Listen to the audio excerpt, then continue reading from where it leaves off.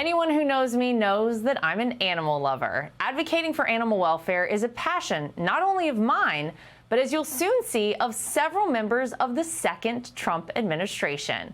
This week, several cabinet members teamed up on a multifaceted approach to end animal abuse. The goals? Hold offenders responsible, stop the operation of puppy mills, and end animal testing once and for all. AG Pam Bondi, Secretary Brooke Rollins, and Secretary RFK Jr. laid out that roadmap in our exclusive conversation. Secretary Brooke Rollins, of course, Secretary Bobby Kennedy, and AG Pam Bondi. You guys are amazing in all you do. And I think when you look at the animal welfare space, it's something that doesn't get talked about quite enough, but 2/3 of the country has a pet.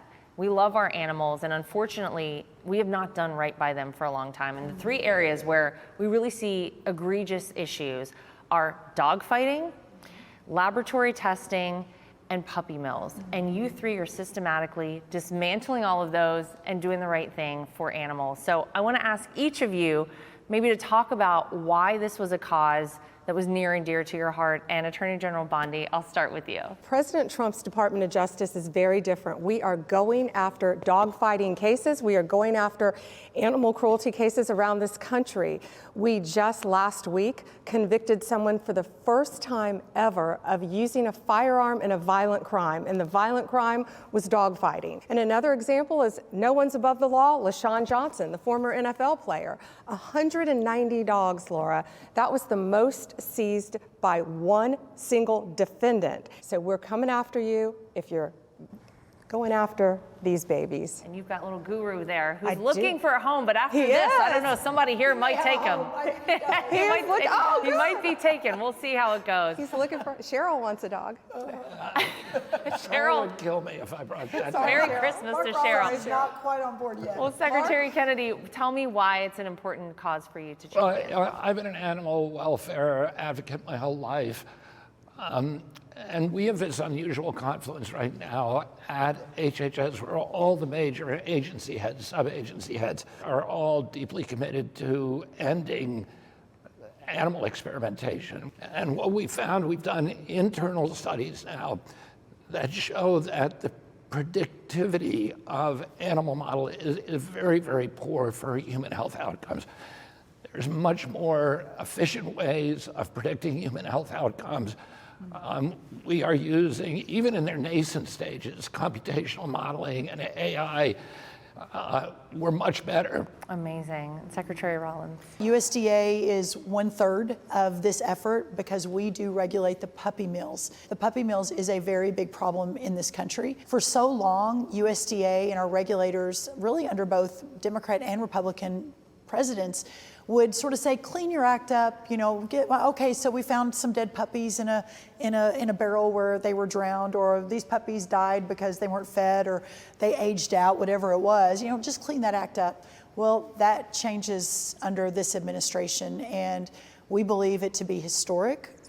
The compliance with the Animal Welfare Act, which is from the 1960s, was hovering around 65, 67% until the last few number of years. We're now up closer to 92%, but it's that 8% that we're really going to focus on. So no more puppy mills where you have puppies stacked on top of each other, where if you don't sell them, then you drown them in a barrel because it's the cheapest way to do it. We're all in on this, and I know you have been such a champion for such a long time. It's the first time you and I ever met was talking about this issue. So it's really great. But it's a new day at USDA. We're really excited to move this forward. One of the things you are going to release is a memorandum prioritizing animal welfare prosecution.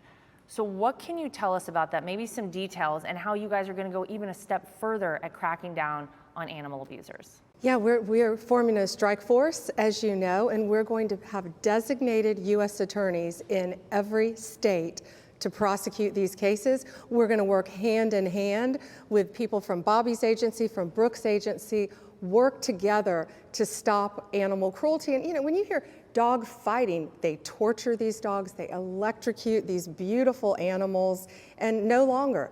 Our children, our animals, our pets are the most vulnerable. Together, we're going to give special training to our prosecutors and our law enforcement agents when we're working with Brooke's agency on going out and executing search warrants and seizures and saving pets' lives. Secretary Kennedy, what can you tell us about what you found there as it related to animal testing? And do you think we'll see a day where we no longer have any animal testing under the purview of the federal government? We did a strategy session in my father's former office, which Pam is now occupying as Attorney General.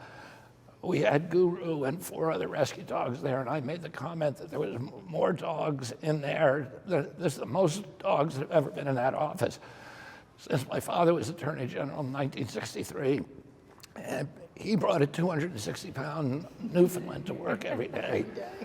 Really irritated J. Edgar Hoover, but pound per pound, he probably had more dog in his office than we had today. But it was a lot. It was really congenial, wonderful, wonderful meeting, and we got to be inspired by these wonderful rescue puppies. There are 100,000 monkeys, primates, non-human primates, that are in primate labs around the country for research purposes. There's another 20,000 that are imported every year, and we're very concerned about that. We're trying to put an end to that completely. And the badge of a really humane nation is the way that it takes care of its animals.